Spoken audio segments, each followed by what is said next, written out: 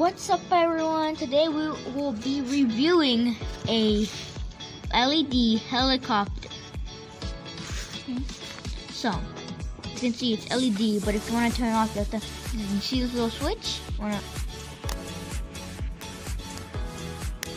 you go.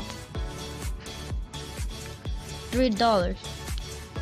And where do you buy it? I bought it at, I think, Target.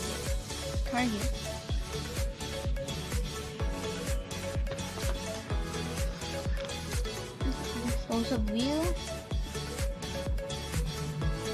See, there's this little thing. I'm not sure what that's for. Helicopter blade spins.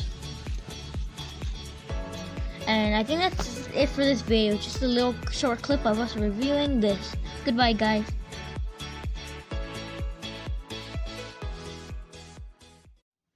Thank you all for watching. Make sure to subscribe and like the video if you liked it, or If you want.